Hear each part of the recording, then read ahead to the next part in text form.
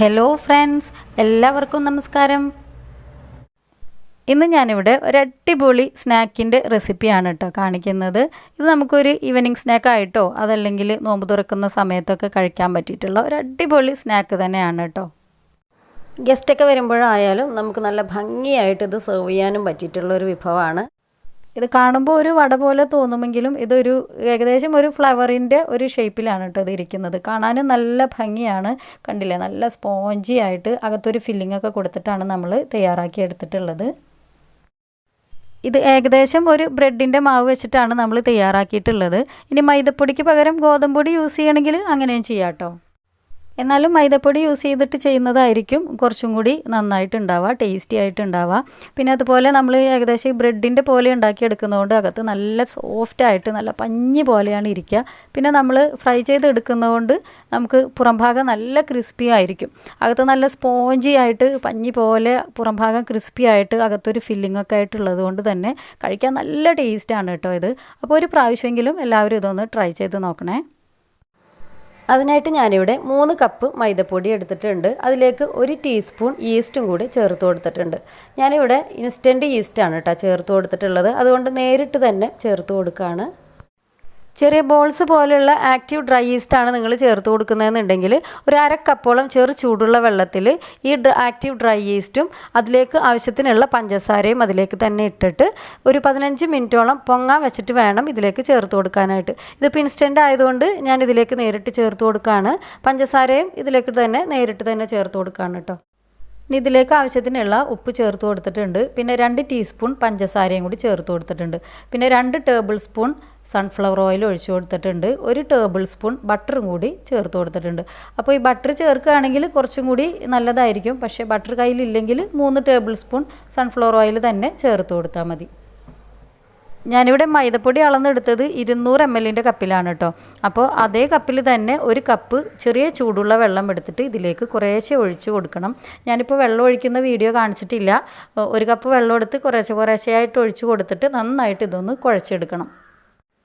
3 cup പൊടിക്ക് ഏകദേശം 1 cup ചെറു ചൂടുവെള്ളം നല്ല പാകമായിരിക്കും കേട്ടോ. നിങ്ങൾ കുറേശ്ശെ ഒഴിച്ച് കൊടുത്തിട്ട് കുഴച്ചെടുത്താൽ മതി. ഇപ്പോൾ ഇത് നന്നായിട്ടൊന്ന് കുഴച്ചെടുത്തിട്ടുണ്ട്. ഇതിൻ്റെ മുകളിലേക്ക് കുറച്ചൊരു ഓയിലൊന്ന് സ്പ്രെഡ് ചെയ്ത് കൊടുക്കുക. എല്ലാ ഭാഗത്തേക്കൊന്നും ആക്കി കൊടുത്ത ശേഷം അടിഭാഗത്തും മുകൾ ഭാഗത്തും എല്ലാ ഭാഗത്തേക്കൊന്നും ആക്കി കൊടുത്ത ശേഷം നമുക്കിതൊന്ന് ഒരു ക്ലിങ് ഫിലിം വെച്ചിട്ടോ അതല്ലാന്നുണ്ടെങ്കിൽ അത് കയ്യിലില്ലാന്നുണ്ടെങ്കിൽ ഒരു എയർ കടക്കാത്ത വിധത്തിലുള്ള ഒരു മൂടി വെച്ചിട്ട് ഒന്ന് മൂടി വെച്ചാലും മതി. ഒരു 2-3 മണിക്കൂർ നമുക്കിത് പൊങ്ങാൻ വേണ്ടിയിട്ടൊന്ന് മൂടി വെക്കാം. അപ്പോഴേക്കും ഇതിലേക്ക് ഫില്ലിങ്ങിനായിട്ടുള്ള മസാല നമുക്ക് റെഡിയാക്കിയെടുക്കാം. മസാല നമുക്ക് ഇഷ്ടമുള്ള ഏത് രീതിയിലുള്ള മസാല വേണമെങ്കിലും ഫില്ലിങ്ങിനായിട്ട് നമുക്ക് യൂസ് ചെയ്യാം.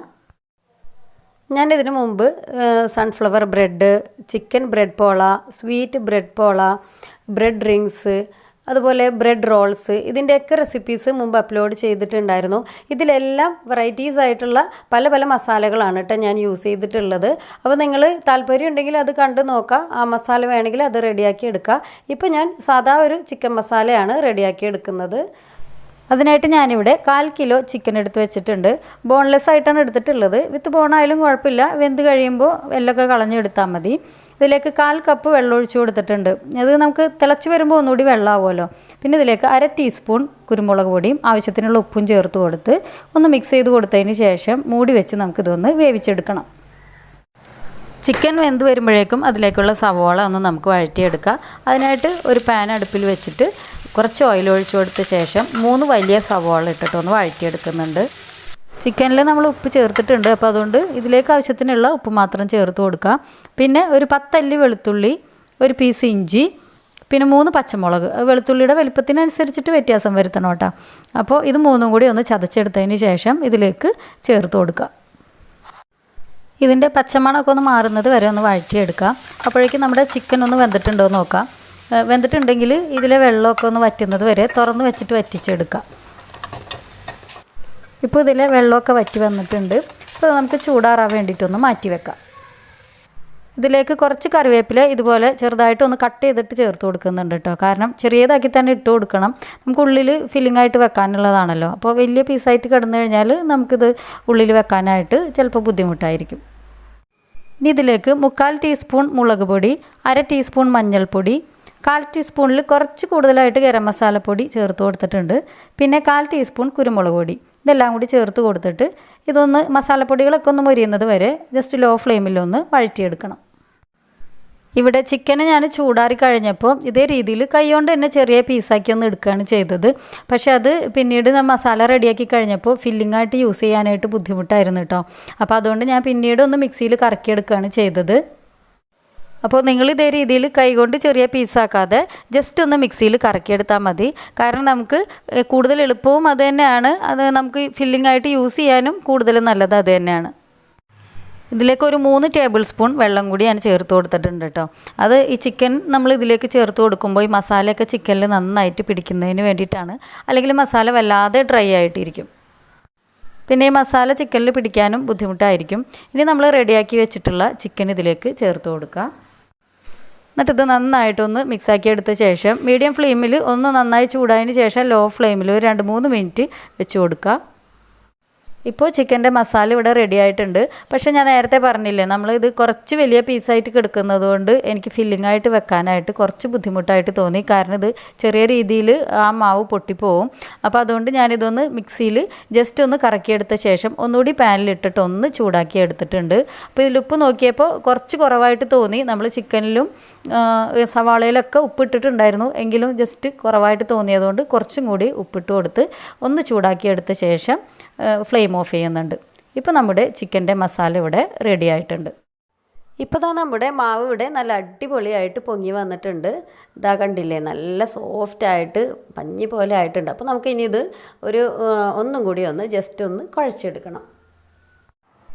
പതിയെ ഒന്ന് കുഴച്ചെടുത്താൽ മതി. എന്നിട്ട് ഒരു 10-15 മിനിറ്റോളം ഒന്നുകൂടി ഒന്ന് മൂടി വെക്കണം. ഇനി ഇതിൽ നിന്ന് ചെറിയ ബോൾസ് എടുത്തിട്ട് ഇതേപോലെ ഒന്ന് പരത്തി കൊടുക്കുക. വല്ലാതെ തിന്നായി പരത്തിയെടുക്കരുത്. ഇതേ രീതിയിൽ കുറച്ച് തിക്നെസ്സിൽ വേണം പരത്തിയെടുക്കാനായിട്ട്. പിന്നെ ബോൾസിൻ്റെ വലുപ്പമൊക്കെ ഓരോരുത്തരുടെ ഇഷ്ടത്തിനനുസരിച്ചിട്ട് തന്നെ എടുക്കാം കേട്ടോ. പിന്നെ ബോൾസിൻ്റെ വലുപ്പം കൂടുന്നതിനും കുറയുന്നതിനനുസരിച്ചിട്ട് റിങ്ങിൻ്റെ എണ്ണത്തിൽ വ്യത്യാസം വരുന്നേ ഉള്ളൂ. ഇനി നമ്മൾ റെഡിയാക്കി വെച്ചിട്ടുള്ള ചിക്കൻ്റെ മസാല ഇതിലേക്ക് വെച്ച് കൊടുക്കുക. ഞാനിതിൽ കാണിച്ചിട്ടുള്ളത് പോലെ തന്നെ വെച്ച് കൊടുക്കണം കേട്ടോ. ഇതിൻ്റെ സെൻറ്ററിലേക്കും പോകരുത്, ഇതിൻ്റെ എഡ്ജിലേക്കും പോകരുത്. ഇതേ രീതിക്ക് തന്നെ വേണം വെച്ച് കൊടുക്കാനായിട്ട്. ഇനി നമുക്കിതൊന്ന് ഒട്ടിച്ചു കൊടുക്കണം. അതിനായിട്ട് നമ്മൾ പ്രത്യേകം ശ്രദ്ധിക്കേണ്ട എന്താണെന്ന് വെച്ചിട്ടുണ്ടെങ്കിൽ ഇതിൻ്റെ എഡ്ജ് ഭാഗം പിടിച്ച് വലിച്ചിട്ട് ഒട്ടിച്ചു കൊടുക്കരുത്. അടിഭാഗത്തു നിന്നേ വലിച്ചിട്ട് വേണം ഒട്ടിച്ചു കൊടുക്കാനായിട്ട്.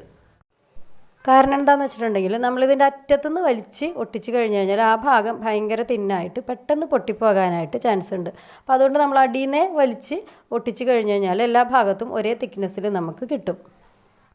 അപ്പോൾ ഇതേ രീതിയിൽ നമ്മൾ ഒട്ടിച്ച് കഴിയുമ്പോൾ ഏകദേശം ഒരു ഫ്ലവറിൻ്റെ ഷേപ്പിലാണ് കേട്ടോ നമുക്ക് കിട്ടുക. എന്നിട്ട് ആ ഒട്ടിക്കുന്ന ഭാഗം നന്നായിട്ടൊന്ന് പ്രസ് ചെയ്ത് ഒട്ടിച്ചു കൊടുക്കുക. ഇത് ഫ്രൈ ചെയ്ത് വരുമ്പോൾ ഈ വലിപ്പത്തിലല്ല കേട്ടോ ഉണ്ടാവുക, ഇത് കുറച്ചും കൂടി ഒന്ന് പൊങ്ങി വരും.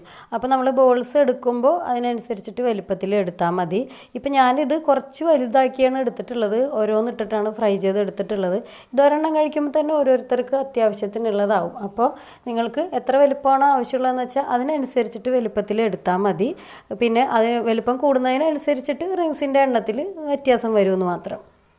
ഇനി ഇതിൻ്റെ നടുവിൽ എല്ലാ ഭാഗത്തും നന്നായിട്ടൊന്ന് പ്രസ് ചെയ്ത് ഒട്ടിച്ചു കൊടുത്തതിന് ശേഷം റൗണ്ട് ഷേപ്പിലുള്ള ചെറിയ എന്തെങ്കിലും ഒരു കട്ടറോ അല്ലെങ്കിൽ ഇതേപോലത്തെ എന്തെങ്കിലും ഒരു ചെറിയ ലിഡൊക്കെ ഉപയോഗിച്ചിട്ട് ഇതിൻ്റെ നടുവിൽ വെച്ച് നന്നായിട്ടൊന്ന് പ്രസ് ചെയ്ത് ഒരു ചെറിയ പീസ് നമുക്ക് ഇതിൽ നിന്നൊന്ന് കട്ട് ചെയ്തെടുക്കണം.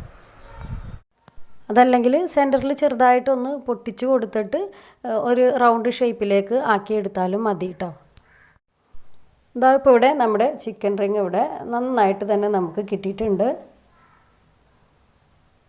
പിന്നെ നമ്മുടെ കട്ടറിൻ്റെ വലിപ്പം കൂടിക്കഴിഞ്ഞ് കഴിഞ്ഞാൽ ഇതുപോലെ സൈഡൊക്കെ പൊട്ടാനായിട്ട് ചാൻസ് ഉണ്ട് കേട്ടോ.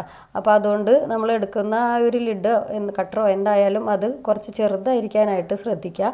അല്ലെങ്കിൽ ഞാൻ നേരത്തെ പറഞ്ഞ പോലെ നടുഭാഗം ഒന്ന് പൊട്ടിച്ചു കൊടുത്തിട്ട് ഒന്ന് റൗണ്ട് ഷേപ്പിലേക്ക് ആക്കിയെടുത്താൽ മതി.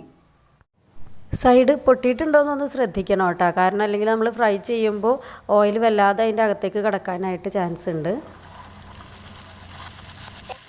ഇനി കുറച്ച് ഓയിലൊന്ന് ചൂടാക്കി എടുത്തതിന് ശേഷം അതിലേക്ക് ഓരോന്നാണ് കേട്ടോ ഞാനിട്ട് ഫ്രൈ ചെയ്തെടുക്കുന്നത്. ഞാൻ പറഞ്ഞില്ലേ, ഞാൻ നല്ല തിക്കായിട്ട് മസാല വെച്ചിട്ട് കുറച്ച് വലിപ്പത്തിലാണ് ഞാൻ ഉണ്ടാക്കിയിട്ടുള്ളത്. അപ്പോൾ അതുകൊണ്ട് ഓരോന്നിട്ടിട്ടാണ് ഫ്രൈ ചെയ്തെടുക്കുന്നത്. ഇത് ഫ്രൈ ചെയ്തെടുക്കുമ്പോൾ പ്രത്യേകം ശ്രദ്ധിക്കേണ്ട എന്താണെന്ന് വെച്ചിട്ടുണ്ടെങ്കിൽ ഇത് എണ്ണ ചൂടായി കഴിയുമ്പോൾ ലോ ഫ്ലെയിമിലേക്ക് ആക്കിയിട്ട് വേണം ഇത് ഫ്രൈ ചെയ്തെടുക്കാനായിട്ട്. നമുക്ക് ലോ ഫ്ലെയിമിലായാലും ഇത് പെട്ടെന്ന് തന്നെ ഇത് ഫ്രൈ ആയി കിട്ടും കേട്ടോ. കാരണം എന്താണെന്ന് വെച്ചിട്ടുണ്ടെങ്കിൽ ഏകദേശം ഒരു ബ്രെഡിൻ്റെ മാവ് പോലെയാണല്ലോ ഇരിക്കുന്നത്. അപ്പോൾ അതുകൊണ്ട് നമുക്ക് പുറം ഭാഗം പെട്ടെന്ന് കളർ മാറാതിരിക്കാനാണ് ലോ ഫ്ലെയിമിലേക്ക് ആക്കുന്നത്. അപ്പോൾ ഇത് നമുക്ക് ലോ ഫ്ലെയിമിൽ ഇട്ടാലും പെട്ടെന്ന് തന്നെ വെന്ത് കിട്ടും, അധിക സമയമൊന്നും വേണ്ടി വരില്ല. അപ്പോൾ ഒരു സൈഡ് ഒന്ന് ഫ്രൈ ആയി കഴിഞ്ഞപ്പോൾ ഞാൻ തിരിച്ചിട്ട് കൊടുത്തിട്ടുണ്ട്. രണ്ട് സൈഡും ഫ്രൈ ആയി കഴിഞ്ഞപ്പോൾ കോരി നമുക്ക് മാറ്റാം. ഇതേ രീതിയിൽ തന്നെ നമുക്ക് ബാക്കിയുള്ളതെല്ലാം ഫ്രൈ ചെയ്തെടുക്കാം. ഇപ്പോൾ നമ്മുടെ ചിക്കൻ റിങ് എല്ലാം ഇവിടെ റെഡി ആയിട്ടുണ്ട്. ഈ അളവിലെടുത്തപ്പോൾ എനിക്ക് നല്ല വലിപ്പത്തിലുള്ള 9 ചിക്കൻ റിങ് ആണ് കേട്ടോ ഇവിടെ കിട്ടിയിട്ടുള്ളത്. അപ്പോൾ വളരെ ടേസ്റ്റാണ് കേട്ടോ ഇത് കഴിക്കാനായിട്ട്. നിങ്ങൾ എന്തായാലും ഒന്ന് ട്രൈ ചെയ്ത് നോക്കണം, എല്ലാവർക്കും ഇഷ്ടപ്പെടാൻ ചാൻസ് ഉണ്ട്. അപ്പോൾ നിങ്ങൾക്ക് എൻ്റെ വീഡിയോ ഇഷ്ടമായിട്ടുണ്ടാവുമെന്ന് വിചാരിക്കുകയാണ്. നിങ്ങളുടെ എല്ലാ വിധത്തിലുള്ള സപ്പോർട്ടും പ്രതീക്ഷിക്കുന്നു. താങ്ക്